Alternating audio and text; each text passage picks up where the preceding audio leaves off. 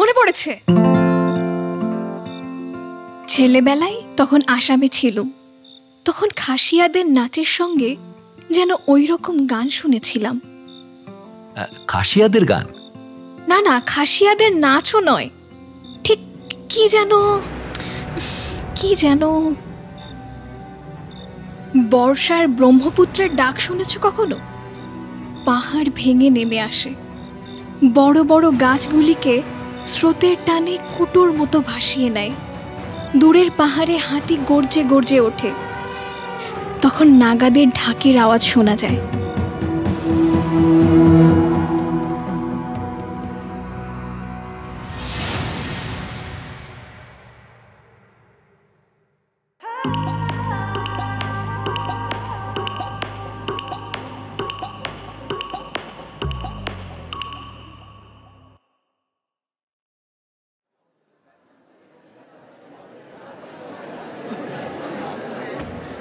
Bowbazar street আর শিয়ালদা মোড়ের কয়েকটি ছোট ছোট গলি দিয়ে কিংবা স্কটল্যান্ডের পাশ কাটিয়ে একটা বিচিত্র বাজারে ঢোকা যায়। ইংরেজিতে তার ভদ্র নাম সেকেন্ড হ্যান্ড মার্কেট, চলতি বাংলায় চোরা বাজার। একসময় বোধহয় চোরাই জিনিসের বিক্রি পাটা চলত এখানে। আজ সে পাট না থাকলেও অখ্যাতিটা আঁকড়ে বসেই আছে। বৈঠকখানা মার্কেটে গাছপালার দোকানগুলো পার হলে এই বাজারের সীমান্ত। এ অংশে উল্লেখযোগ্য কিছু নেই। নতুন পুরনো প্রচুর সস্তা জুতো, শোলা হ্যাট, ইলেকট্রিক হিটার, তাপ্পি মারা স্টোভ আর লাল হয়ে যাওয়া 10-12 আনা সেরে চিংড়ি মাছ। এ অংশে দাঁড়ালেই নাকে আসবে স্পিরিট আর বার্নিশের গন্ধ। তারপর আপনি একেবারে ফার্নিচারে জগতে গিয়ে বসবেন। নতুন পুরনো ফার্নিচারে দোকানগুলো ঠাসা। ল্যাজারাস কোম্পানির আদি বার্মাটিক রং ফিরিয়ে অপেক্ষা করে বসে আছে। আবার চকচকে নতুন জিনিস 1 নম্বর করে সিপি ভেবে কিনে এনে 6 মাস পর আবিষ্কার করবেন কাঠটা বিশুদ্ধ চারণ। সস্তায় হয়তো খাঁটি মেহগনির জিনিস পাবেন, আবার প্রচুর পয়সা দিয়ে আলমারিটা এনে দেখলেন ফাটা কাঠের উপর বেমালুম বার্নিশ লাগিয়ে আপনার মাথায় কাঁঠাল ভেঙেছে। অর্থাৎ রাস্তার লটারি। 1 আনা দিয়ে কাটা ঘোরালেন, পেলেন 3-3টে ছোট বিস্কুট, কিংবা কপালে জোর থাকলো তো চন্দন সাবানি জুটে গেল 1 খানা। তবু আমাদের মতো মধ্যবিত্তদের এখানে লটারির টিকিট কিনতে হয়।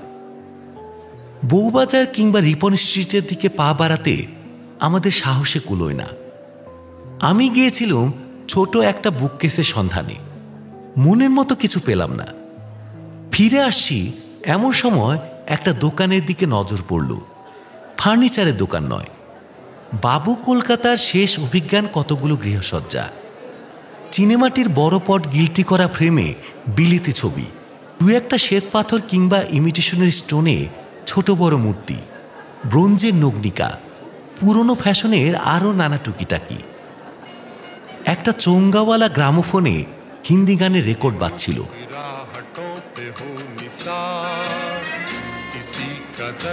সেটি কানে যেতে আমি দাঁড়িয়ে গেলাম।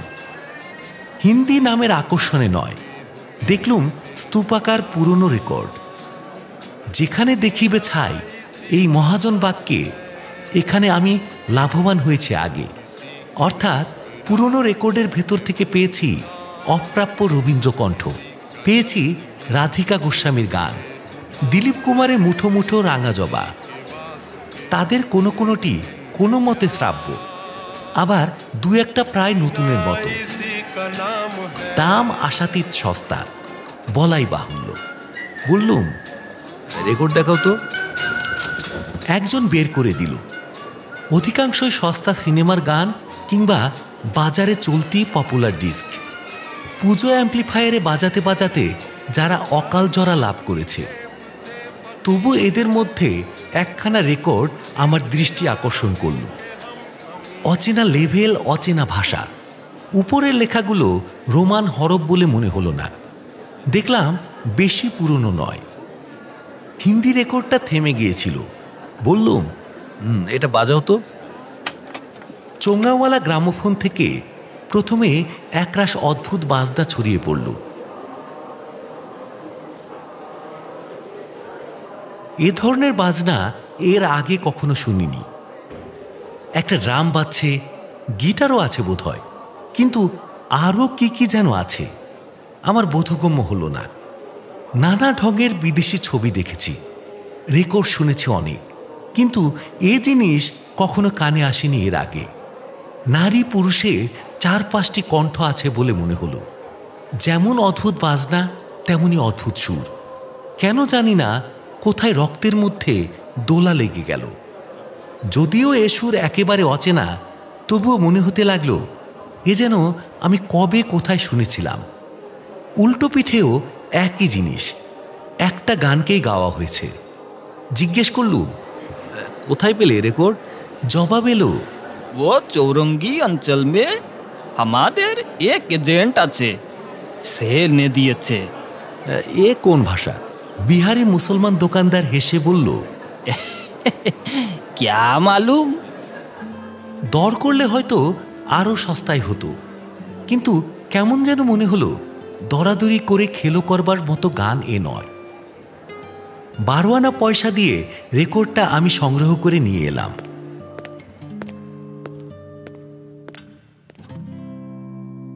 বাড়ি ফিরে মেশিনে দিয়েছি।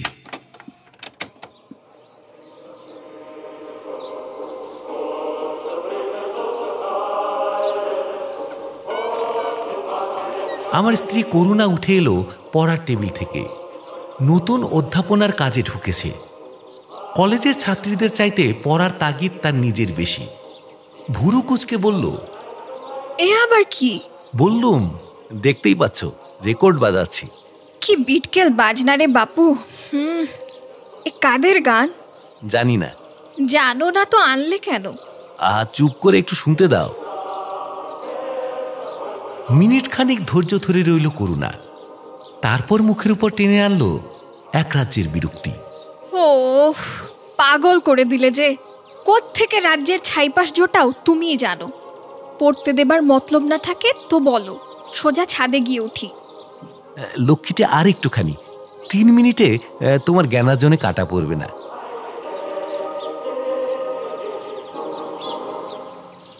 গান থামলে করুণার দিকে তাকালুম। দেখি হাতে একটা লাল নীল পেন্সিল নিয়ে এসেছিল, তার গোড়াটা চিবোচ্ছে আনমনার মতো। খুব খারাপ লাগলো করুণা। করুণা একটু চুপ করে রইল, বলল, না, খারাপ লাগলো না, কিন্তু মন খারাপ হয়ে গেল। পড়াটা নষ্ট করে দিলে আমার। কেন?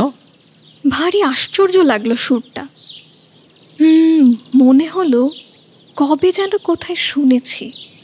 বললুম, ঠিক তাই, আমারও অমনি মনে হয়েছিল। করুণা আস্তে আস্তে নিজের টেবিলে গিয়ে বসল। মেশিনটা তুলে রেখে দেখি ও পড়ছে না, একটা ব্লটিং প্যাডের উপর নীল পেন্সিলের আঁচড় টানছে। আমিও কতগুলো খাতা টেনে নিয়ে বিশ্ববিদ্যালয়ের পাশের সংখ্যা বাড়াতে বসে গেলাম, কিন্তু একটা খাতাতেও মন দিতে পারছি না। দোকান ভরে ওই বিচিত্র বাজনা আর গানের সুর বেজে চলেছে। কোথায় শুনেছি, কবে শুনেছি, কিছুতেই ধরা যাচ্ছে না। করুণা যেন আমারই ভাবনা সূত্র টেনে বলল, এ কি কাণ্ড করলে বলো তো? কি হলো আবার? ওই রেকর্ডটা ভারী অস্বস্তি লাগছে, যেন খুব চেনা, যেন। করুণা গুনগুন করে যেন 2-3টি সুর ভাজল, তারপর বিরক্ত হয়ে বলল, না, কিছুতেই মনে করতে পারছি না। আচ্ছা, পাগলামি ধরিয়ে দিলে যা হয়, দিলে পড়াটা শেষ করে। মোট কথা ওই রেকর্ডখানা আমাদের দুজনের সন্ধ্যাকে আচ্ছন্ন করে রাখল। এ একটা বিরক্তিকর মানসিক অবস্থা। খুব চেনা মানুষের নাম মনে করতে না পারলে, চাবির গোছা এইমাত্র কোথাও রেখে তারপর আর খুঁজে না পেলে যেমন একটা ছটফটানি জেগে ওঠে, ঠিক সেই রকম।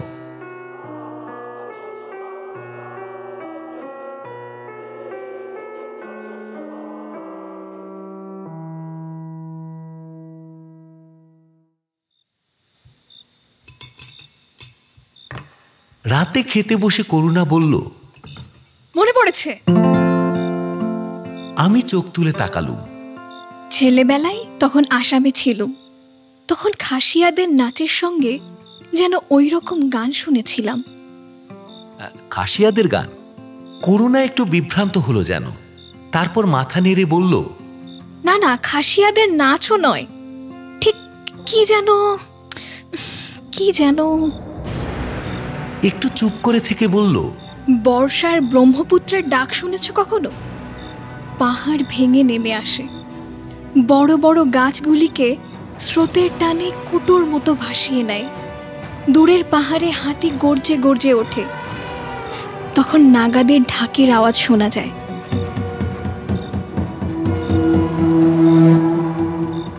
বলতে বলতে হতাশভাবে চুপ করে গেল করুণা। কি জানি, কিন্তু এই ঢাকের কথায় আর একটা স্মৃতি জেগে উঠল আমার মনে। মানভূম। দুধারে কুসুম গাছের সারি আর ঘন বাঁশের বন, তারই ভেতর দিয়ে নির্জন পথ বেয়ে চলেছি। অন্ধকার হয়ে আসছে। ঝালদার পাহাড় দূরে ভুতুরে চেহারা নিয়ে দাঁড়িয়ে। পাশে একটা প্রকাণ্ড দিঘিতে পাণ্ডুবকির কলধ্বনি, ঝিঝির ডাক। হঠাৎ পাণ্ডুবকি আর ঝিঝির ডাক ছাপিয়ে গুরু গুরু করে উঠল নাগরার আওয়াজ। এদিক থেকে ওদিক, ওদিক থেকে এদিক, এ দিগন্ত থেকে ও দিগন্ত কি একটা পরাবতী। গ্রামে শুরু হলো ছৌ নাচের পালা। সেই অস্পষ্ট অন্ধকার, কালো হয়ে আসা কুসুম গাছ আর বাঁশবন, ঝালদার পাহাড়ের ভুতুরে ছবি আর ওই নাগরার আওয়াজে হৃৎপিণ্ড আমার চমকে চমকে উঠেছিল। মনে পড়ছিল পুলিশের বুলেটের সঙ্গে লড়বার আগের দিন রাত্রে 42 আগস্টে বালুরঘাটের অন্ধকার সাঁওতালি গ্রামগুলো থেকে এমনিভাবে নাগরা টিকারার রোল আমি শুনেছিলাম। বর্ষার ব্রহ্মপুত্র, নাগাদির ঢাক, নাগরা টিকারার আওয়াজ, ছৌ নাচের বাজনা, এদের সঙ্গে কোথাও ওই রেকর্ডটার মিল আছে। মিলছে না, অথচ কোথায় যেন মিলছে। কিছুতেই মনে আনতে পারছি না, অথচ ঠিক মনে আছে। কি যে খারাপ লাগতে লাগলো। একটা অচেনা অজানা পুরনো রেকর্ড কিনে আচ্ছা জ্বালা হলো তো।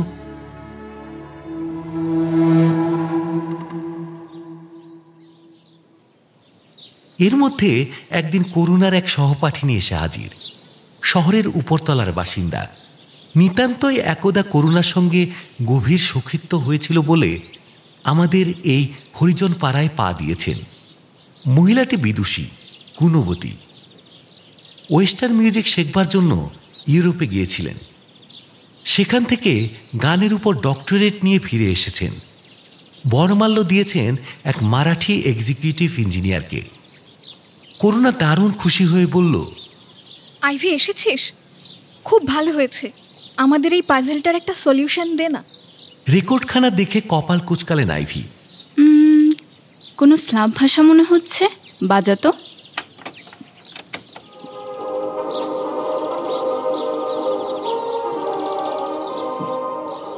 বাজনা হলো। বিশেষ কিছু বুঝতে পারলেন না। ভদ্রমহিলার বিটোফেনের সঙ্গে পরিচয় আছে। তার উপর ছোটখাটো একটা বক্তৃতা অকারণেই শোনালেন আমাদের, কিন্তু সমস্যার সমাধান হলো না। শেষে ব্যাগ খুলে একটা টফি খেলেন। তার সেলফোনের মোড়কটা আঙুলে জড়াতে জড়াতে বললেন, কোনো কমিউনিটি সং বলে মনে হচ্ছে। করুণা বললেন, সে তো বোঝাই যাচ্ছে, অনেকে মিলেই গাইছে যখন। টফির মোড়কটাকে একটা আংটির মতো জড়ালেন আইভি। বললেন, নাও আই রিমেম্বার, সুইজারল্যান্ডের ম্যারেজ ফেস্টিভ্যালে এমনই এক গান যেন আমি শুনেছিলাম। Marriage festival? করুণা আমার দিকে তাকালো একবার, চোখে চোখ মেলালো। উত্তরটা কারোরই মনোভূত হয়নি। করুণা বলতে চাচ্ছে, ঠিক বিয়ের সুরের মতো মনে হচ্ছে কি। তাছাড়া সুইসরা তো স্লাভ বলে। আইভি আর সময় নিলেন না, উঠে দাঁড়িয়ে বললেন, আজ চলি ভাই, নিউ এম্পায়ারে একটা শো আছে, তার রিহার্সাল করতে হবে। তাছাড়া অনেকক্ষণ এসেছি। Nancy is feeling very lonely, poor little thing is. Nancy তার দুহিতা নয়, কুকুর। ওর মোটরটা চলে যেতে করুণা বলল, জালিয়াত। আমি হাসলুম, জবাব দিলুম না। করুণা গজগজ করতে লাগলো। ইউরোপে গাছের তলায় ডক্টরেট আর ডিপ্লোমা বিক্রি হয় শুনেছিলুম। 5 শিলিংকে 7 ফ্র্যাঙ্ক দিলে।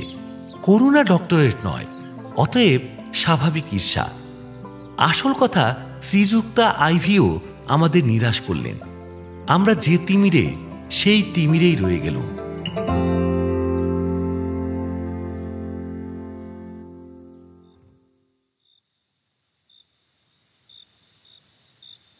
সেদিন মাঝরাতে আমার ঘুম ভাঙল। জল খেতে উঠেছি, কানে এলো বাঘের ডাক। রাত 1:30টার ঘুমন্ত কলকাতার উপর দিয়ে তরঙ্গে তরঙ্গে একটা গভীর ধ্বনি বয়ে যেতে লাগলো। আর্ত অথচ ভয়ঙ্কর, ক্লান্ত অথচ ক্রুদ্ধ। মুখের কাছে গ্লাসটা তুলে আমি নামিয়ে ফেললুম। বাঘ ডাকছে। আমাদের বাড়ি থেকে একটা সরল রেখা টানলে 2টি বড় রাস্তার ওপারে সোজা মার্ক স্কোয়ার। একটা সার্কাসের দল দিন কয়েক হলো তাঁবু ফেলেছে সেখানে। সেখান থেকেই আসছে বাঘের ডাক। কলকাতার এই অনিদ্র আলো জ্বলা রাত্রে বাঘটা হয়তো সুন্দরবনের স্বপ্ন দেখছে, তাই চমকে জেগে উঠেছে ওভাবে। কিন্তু কেন জানি না আমার ওই বিদেশি রেকর্ডটাকে মনে পড়ল। মিল আছে, ওর সঙ্গেও মিল আছে, অথচ কিছুতেই ধরতে পারছি না, কিছুতেই না। জানলার কাছে এসে দাঁড়ালুম। সামনে কয়েকটা পাম গাছ, তাদের মাথার উপর রাত্রির তারা। কয়েক টুকরো মেঘ, সব যেন বাঘের ডাকে কেঁপে কেঁপে উঠতে লাগলো বারবার। শেষ পর্যন্ত সমাধান করলেন এক ভূপর্যটক।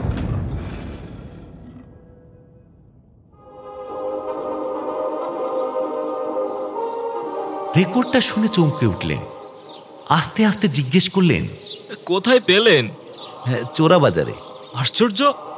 কেন? এ কলকাতায় গেল কি করে তাই ভাবছি।